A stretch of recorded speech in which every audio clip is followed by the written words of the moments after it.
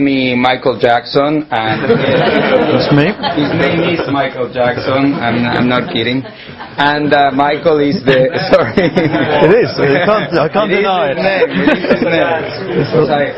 And Michael runs the day-to-day of Skype. So probably many of you here are with Skype, I would say. I don't even want to ask, like we've been asking to raise people's hands and so on, but almost everybody is on Skype.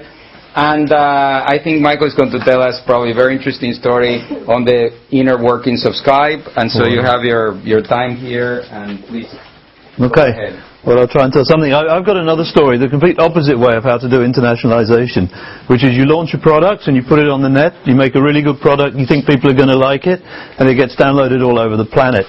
When you look 2 months later about where your customers are, the biggest countries are Taiwan and Poland. And no amount of market analysis money would ever have predicted that. So, I mean, there's a random aspect about this as well. I think you can overanalyze on it. I mean, what's Skype about? Martin asked me to talk about what Skype's doing, where we're going, what we're striving to achieve and all of that, and a little bit about what makes me excited about Skype still after 3.5 years of messing about with it. Why we're here today, I guess, is we all want to see each other, we all want to talk to each other, we want to have been in place here. We could have read a book, we could have written each other a letter, we could have done all sorts of things, we could have sent an email, but it wouldn't have really been a very good gathering of people. And sometimes you just have to have people together in the communications to communicate properly. And barriers to communication are a real problem for people. And one of the original barriers we've seen in the big wide world is money. Cost saving is really important to people. And what we see by introducing free communications to anybody on the planet who's got an internet at least, is the way that communications between people sort of blooms up. We hear all sorts of stories about people all around the world who've met their girlfriends, they've met their boyfriends, they've refound their family and all of these sort of things. They will make it really rewarding to run a company that does that sort of thing. We've got 10 million people online, 200 million registered users within the system, and all of these people are happy, or at least most of them are, I guess, otherwise they wouldn't be using it at all. They don't have to. And this is how we want to take Skype further in the coming years. It's about removing these barriers to communication. One of those is price. Another one is seeing people. We're here because we want to see people. Communication. Only a little tiny part of a communication message is the words that are used. The pictures are part of it. The voice you use is part of it. The body language is part of it. And that's why we come here. Video calling is something which has expanded hugely in the last 2 years, I say. Now it really is becoming mainstream. I think if I was to make a prediction for 2007 and communications, it would be the year of video calling. I saw just a personal example of that the other day, which is, again, one of those things that really keeps you going, is I walk into my new neighbour, he moves in, he said, come round for some champagne or whatever. I walk in, he said, just wait a minute. He's on a video call to his son in Shanghai. He's just doing that. He says, oh, and by the way, what do you do? He says to me. And that's quite funny, because you go, well, I work for Skype. He goes, oh, wow, and all of this. Fantastic. But this isn't some tech nerd guy. This isn't a guy who's a programmer or anything like that. This is a guy who's a tax lawyer from Paris in his summer house. I mean, he doesn't know anything about computers and all of that. And building an application that allows anybody to use it and benefit from it is really what we've tried to do. The way we're taking Skype now is, those of you who know Skype, you have contact list, you have presence, you have free voice calling, you have instant messaging. All of these are ways of communicating. Just the very fact you can write in a mood message on holiday today, it's actually a pretty strong communication message. Had a bad day, got a hangover, sick today. All of those messages you can do, you just enhance communication. I don't have to phone you to find out whether you're sick today. I can read on your message. And that's what we want to do. And bringing all these conversations together is where Skype's going. We're not about free calling. We're not about killing all the phone companies. We're not about reducing the revenue to nothing. It just happens. It's a little bit of a kind of... it's kind of a side effect. It's kind of weird, actually, when you look at competitors and who are your competitors and what have you. The competitors we don't really think about is like Telefonica. We don't really consider them as a competitor. It's really weird. Telefonica are like shit scared of the internet, right? But we're not really all that bothered about them. Because we have a product which is so much better than all the stuff you can do with an old phone. You can't do a video call on an old phone. You had an answering machine. That was kind of the best. And in 100 years of technical innovation on the phone network, you got like call forwarding, right? I mean, that's what they came up with, phone companies. So we've got so much more going on. Anyway. Okay. She did. Yeah. He's out. Next. He's the guy from Telefonica, I guess. Excuse me.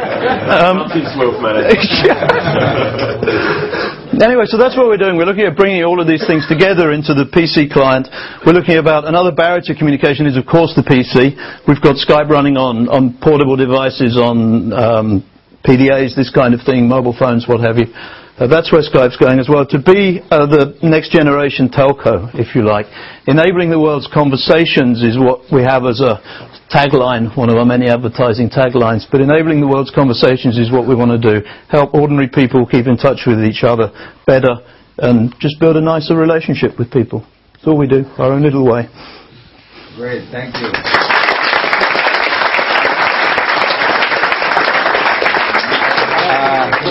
Okay, I see a lot of questions.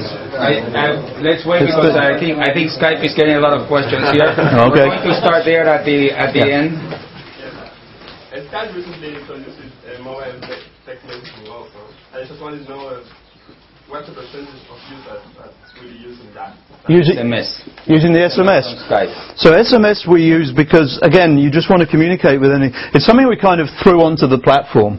Because you go like, we've got this text thing, you can send text messages, instant messages between computers, you might as well just put it onto mobile phones. There are plenty of companies to connect it. It's not a mainstream thing. I won't say what percentage we do, but it's a lot. It's definitely a very worthwhile product. Use it actually or not? Yeah, he's saying a lot of people use it, yeah, because it's a hell of a lot easier than, all of this stuff. I started using it. You just type it in and you do it, and it's easier. Fast, yeah. Removing barriers to communication is what we talk about, and this stupid little keyboard is one of them. So there were more questions coming this way. Yeah, Jens? Two very short questions. First, you said Telefonica is a competitor, but don't you need them as a partner for your Skype out calls or SMS? Yeah. And second, do you think that the Skype mood message is the father of Twitter? I think you'll see a lot more out of the Skype mood message in the coming time. Let's see if Twitter is the impostor of Skype mood messages. No, not at all. On Telefonica, the whole communication thing needs to work. Everybody who's on the internet needs Telefonica because some guy's got to come here with the wires that produce that connect the internet together. And that's what phone companies are really good at. That's what they do. They have the trucks, they have the copper, they have all of that stuff, the logistics around that none of us on the internet would survive with. So there's definitely a relationship, clearly. Yeah. Yes, Ola? Without having eBay's investor relations department calling us here, but could you just outline what is Skype in 5 years? 5 years, for God's sake, man. That's a question. 5 months. I don't know. Just now we're carrying, according to different estimates around the place, 5-6% of the world's international communication, voice communication.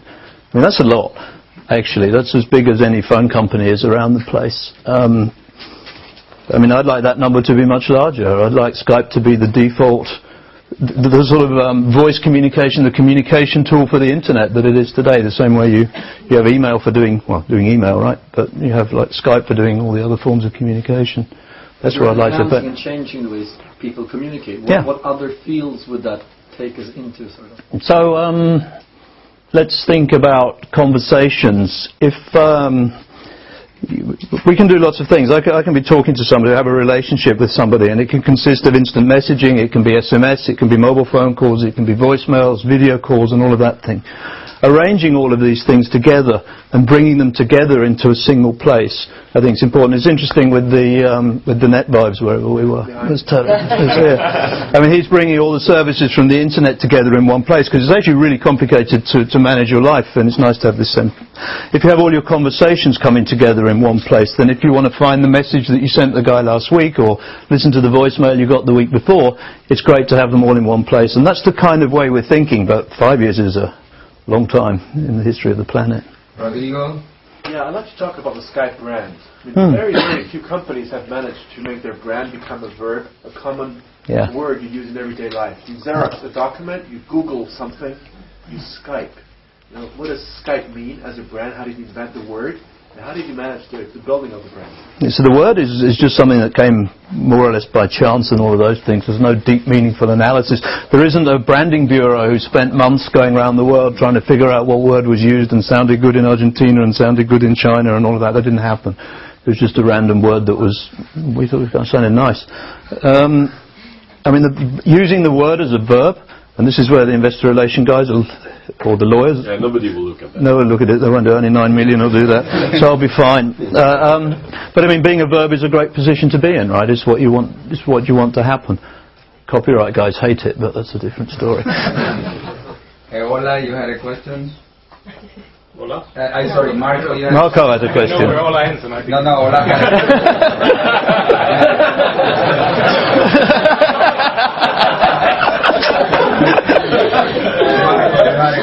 Marco. I'd like to push you, if you allow, just a bit more on the mood messaging and services like Jaiku and Twitter. Yep. How do you see them and how do you see their importance? Because it's kind of a state line and signaling, which is a lot of what SMS is used for by teenagers around the world. Just letting you know, it's like prodding. I think it's amazingly useful. It's something we put on. When you're running a company or when you've got a company and you're developing stuff, the products that are most successful and work best are the ones you actually use yourself. They tend to be the ones you put the most effort into and all of that. If you don't really believe in it yourself, it's never going to get anywhere. And when we first put the mood message on there where you could just type in an information, we all found ourselves using it. And the way it came about was in Skype you have the registered name, but you also have a kind of screen name, and you can change the screen name that you use. And we found people were changing their screen name to say where they were. I'd have Michael London, Michael Luxembourg, Michael whatever, and I'd change it because people could see it, and that became the mood message. And then adding into that, free text is one thing, but to have links into it, to have, I am listening to Everlast FM plug-in, where you can see, Michael is listening to the Sex Pistols or something like that. And there's a lot in that. I think there's a lot of mileage in that now. I have a question. But Erika? Yeah, this is one that has been kind of plaguing people, at least in the U.S. I don't know if you get a lot of grief here, but because of the fact that eBay is now the parent and eBay is a U.S. company, and I just did this story and talked to Whitman and said, hey, you've got this fantastic property, you spent $2.5 billion on it, and it's bringing in like $200 million in revenue. At what point does it become big enough to sort of justify that kind of cost so that you can use this really successful product to actually be successful for you financially? Yeah, so let me say a bit more about, there's a lot of things around communication. Lots of people who if you're communicating with people, you have other needs. Communication is a big part of e-commerce, is one side of things. So, eBay is a big function in e-commerce. eBay is well known for its auction side, but eBay's also got a lot of, the stores on it, eBay stores and all of this kind of stuff. To add communication onto stores is important. And secondly, payment. eBay is a payment company through PayPal. And one thing that people, especially international people, have a need for is to send money to each other. And within social groups and within groups of friends or family or whatever, we just introduced into the last version of Skype Client the ability for two Skype users to send money to each other. And I've been using it myself to send money around the office. Somebody's having a birthday, having a collection, click, click, click, click. This is all about sending money between a thing of users. And with 200 million registered users around the place, PayPal's got, now the IR will get me again, 110 million or something users. 200 million Skype users on top of that, and it's a good extra for the payment thing. Very good. Okay, thank you very much. Thank you.